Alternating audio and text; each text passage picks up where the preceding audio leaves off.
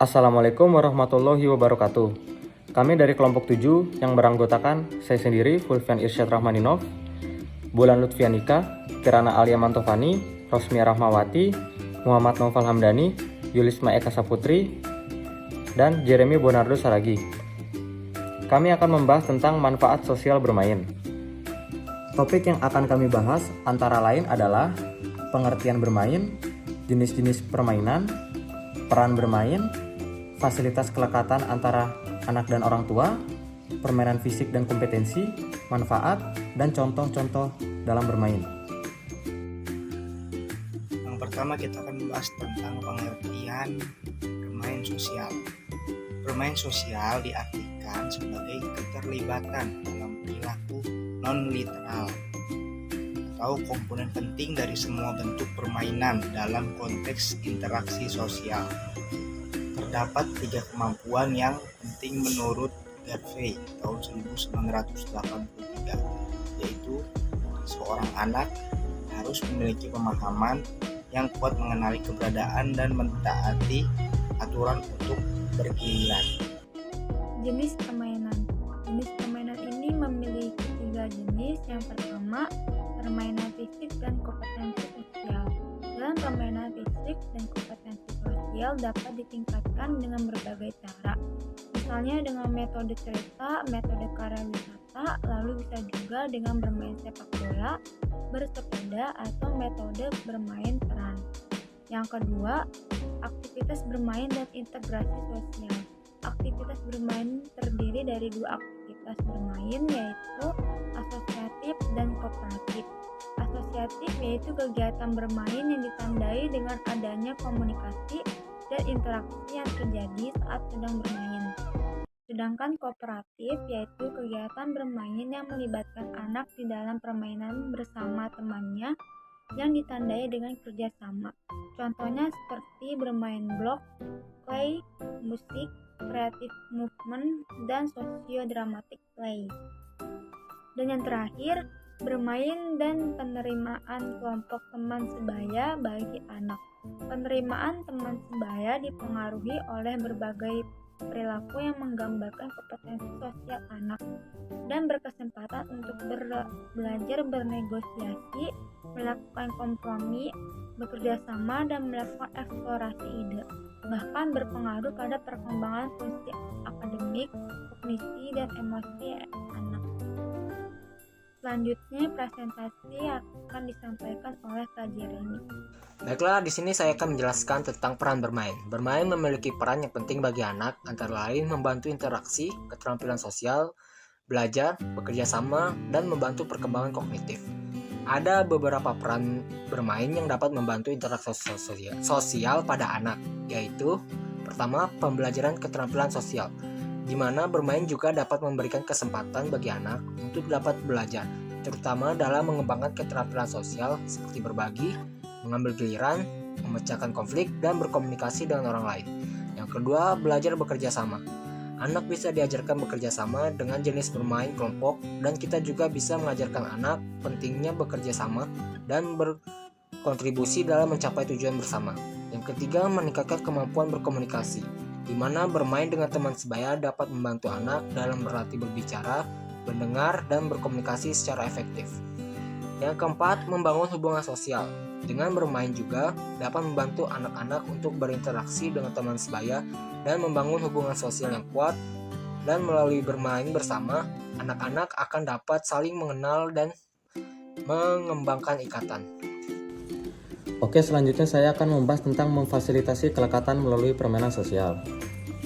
Permainan sosial dapat memfasilitasi kelekatan atau attachment antara orang tua dan anak selama tahun pertama kehidupan, menurut John Bowlby. Ada beberapa faktor kelekatan, seperti derajat kelekatan dan karakteristik orang tua, kelekatan dan parental playfulness, dan yang terakhir adalah dampak kelekatan pada perkembangan anak melalui permainan sosial. Dan saya akan membahasnya satu persatu. Yang pertama adalah derajat kelekatan. Kelekatan aman atau secure attachment, yaitu anak merasa aman dan nyaman saat berada dekat dengan orang tuanya. Yang kedua adalah kelekatan tidak aman terhindar atau insecure attachment. yaitu anak cenderung menghindari kontak emosional dengan kedua orang tuanya. Selanjutnya adalah kelekatan tidak aman cemas atau resistant insecure attachment, yaitu anak cenderung bingung dalam hubungan dekat dengan kedua orang tuanya. Selanjutnya adalah kelekatan dan karakteristik orang tua, yaitu orang tua yang responsif, konsisten, dan sensitif terhadap kebutuhan anak cenderung membangun kelekatan yang aman. Mereka bisa merespon isyarat emosional anak dengan penuh perhatian dan memberikan rasa yang aman dan nyaman kepada anak. Selanjutnya adalah kelekatan dan parental playfulness, yaitu orang tua yang bermain secara aktif, spontan, dan penuh keceriaan dengan anak cenderung memperkuat ikatan emosional mereka. Orang tua yang bermain secara aktif dan mendukung imajinasi anak dapat membantu meningkatkan kelekatan yang aman pada anak. Dan yang terakhir adalah dampak kelekatan pada perkembangan anak melalui permainan sosial, yaitu anak yang mengalami kelekatan yang aman cenderung memiliki perkembangan sosial, emosional, dan kognitif yang lebih baik. Kelekatan yang aman juga membantu anak mengembangkan pada pola hubungan interpersonal yang positif di masa yang akan datang, yaitu masa dewasanya nanti. Selanjutnya, hubungan permainan fisik dan kompetensi sosial. Nah, beberapa penelitian menunjukkan secara keseluruhan, permainan fisik berperan penting dalam pengembangan kompetensi sosial anak. Keterlibatan orang tua dalam permainan fisik dan interaksi dengan teman sebaya melalui permainan fisik dapat membantu anak-anak menjadi lebih populer, terlibat secara intens, fleksibel, dan memiliki keterampilan komunikasi nonverbal yang baik. Selain itu, permainan fisik juga membantu anak-anak mengembangkan kontrol diri, memahami dan mengelola emosi, serta meningkatkan keterampilan sosial yang bermanfaat dalam interaksi dengan orang lain. Namun, anak-anak yang ditolak cenderung mengalami kesulitan dalam interaksi intens dalam permainan fisik. Mereka mungkin kurang memiliki kendali diri dan sulit menanggapi isyarat sosial seperti anak-anak populer. Akibatnya, mereka dapat menjadi terlalu terstimulasi dan rentan terhadap perilaku agresif. Mereka juga mungkin kesulitan dalam mempertahankan permainan dalam jangka waktu yang lama. Selanjutnya adalah bermain dan penerimaan peer group. Perilaku yang mencerminkan kompetensi sosial anak seperti perilaku prososial, gemar menolong, kooperatif, dan memperlihatkan keterampilan memimpin, seperti memiliki pengaruh yang signifikan terhadap penerimaan teman sebaya. Selanjutnya adalah penerimaan teman sebaya memberikan kesempatan bagi anak-anak untuk belajar bernegosiasi, melakukan kompromi, bekerja sama, dan melakukan eksplorisasi ide. Selain itu, penerimaan teman sebaya juga berpengaruh terhadap perkembangan fungsi akademik, kognisi, dan emosi yang baik bagi anak. Ada beberapa manfaat bermain sosial, yaitu yang pertama mendorong anak untuk fokus pada aturan yang dasar dalam bermain dan menyadarkan anak akan adanya aturan dalam interaksi sosial. Jadi permainan sosial mendorong anak untuk fokus pada aturan yang mendasari tahapan permainan dan membuat mereka sadar bahwa aturan tertentu mendasari semua interaksi sosial. Yang kedua, mampu mengatur interaksi dirinya sendiri. Jadi anak diharapkan dengan bermain sosial dapat mengetahui mana yang benar dan mana yang salah. Selanjutnya, membantu anak memahami arti dari semua interaksi sosial. Jadi interaksi sosial dapat merangsang anak untuk memahami makna dari semua interaksi sosial. Dan yang terakhir, membantu anak untuk beradaptasi dengan lingkungan. Jadi dengan bermain sosial, anak dapat menyesuaikan diri dengan lingkungan. Berikut adalah beberapa contoh permainan untuk meningkatkan integrasi sosial. Yang pertama yaitu bermain blok, yaitu menggunakan blok untuk membangun struktur dan mengembangkan keterampilan sosial, motorik, dan kognitif melalui pemecahan masalah dan interaksi dengan teman sebayanya. Lalu ada beberapa manfaat dari permainan blok sendiri, yaitu yang pertama ada meniru dan berbagi ide. Yaitu anak-anak dapat mengamati apa yang sedang dibangun oleh teman mereka dan mencoba untuk menirunya. Yang kedua ada berkomunikasi dan bernegosiasi, yaitu saat bermain blok, anak-anak perlu berkomunikasi secara efektif untuk menyampaikan ide mereka, meminta bantuan, ataupun mengekspresikan keinginan mereka. Yang ketiga ada pameran dan apresiasi. Setelah selesai membangun struktur dengan blok, anak-anak dapat mengadakan pameran untuk memamerkan hasil kerja mereka kepada yang lain. Lalu ada bermain clay. Permainan ini melibatkan interaksi antara individu, jadi mereka dapat berbagi bahan, memberikan saran, memamerkan karya mereka kepada yang lain, atau bekerja sama untuk menciptakan proyek yang lebih besar. Jadi bermain clay ini menggunakan bahan seperti modeling clay ataupun play-doh untuk membuat berbagai bentuk dan objek. Lalu ada beberapa manfaat, dari bermain clay bagi kemampuan sosial pada anak, yaitu yang pertama, ada kolaborasi dan kerjasama. Jadi anak-anak dapat bekerja sama dan berkolaborasi saat bermain clay. Mereka dapat berbagi ide, saling membantu, dan bahkan membuat karya seni bersama. Kegiatan ini dapat mendorong kerjasama dan membangun keterampilan bekerja sama dalam tim. Lalu yang kedua, ada komunikasi dan ekspresi, di mana kegiatan bermain clay dapat mendorong anak-anak untuk berkomunikasi dengan teman sebayanya.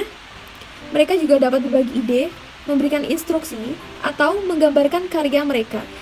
Hal ini bisa membantu meningkatkan keterampilan komunikasi verbal maupun non-verbal. Lalu ada bermain musik. Bermain musik melibatkan individu dalam aktivitas musikal bersama. Selama bermain musik, individu harus bekerja sama dan berkolaborasi dengan anggota lainnya dalam kelompok musik. Seperti memahami peran masing-masing individu, mendengarkan dengan baik, merespon, dan menciptakan harmoni musik yang koheren. Dari bermain musik itu sendiri terdapat beberapa manfaat, yaitu yang pertama, berkolaborasi. Jadi mereka melibatkan berbagi ide, menggabungkan suara, dan bekerja sama untuk mencapai hasil musik yang indah. Termasuk juga komunikasi, meliputi komunikasi verbal dan nonverbal untuk memastikan sinkronisasi dan koordinasi dalam permainan musik. Penerimaan terhadap perbedaan melibatkan menghargai kontribusi setiap anggota kelompok, menerima perbedaan gaya musik, dan mempromosikan inklusi. Lalu, selain itu, bermain musik juga memberikan kesempatan untuk tampil di depan publik atau dalam pertunjukan musik. Ini memperkuat pengalaman sosial dan membangun rasa percaya diri serta memberikan kesempatan bagi individu untuk menghargai dan menghormati upaya serta kemampuan musik teman-teman sebaya. Lalu yang keempat ada creative movement.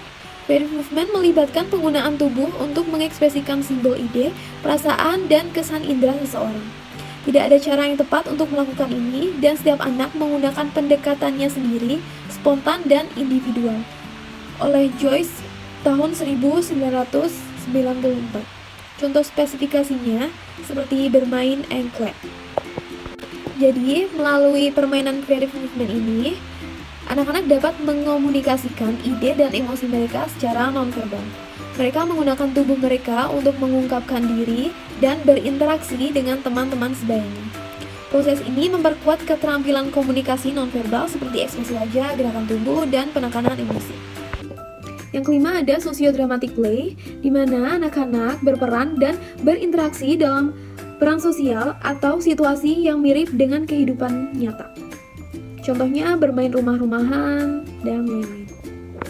Manfaat dari sosiodramatic play ini yaitu anak-anak berperan sebagai karakter dalam cerita yang mereka ciptakan.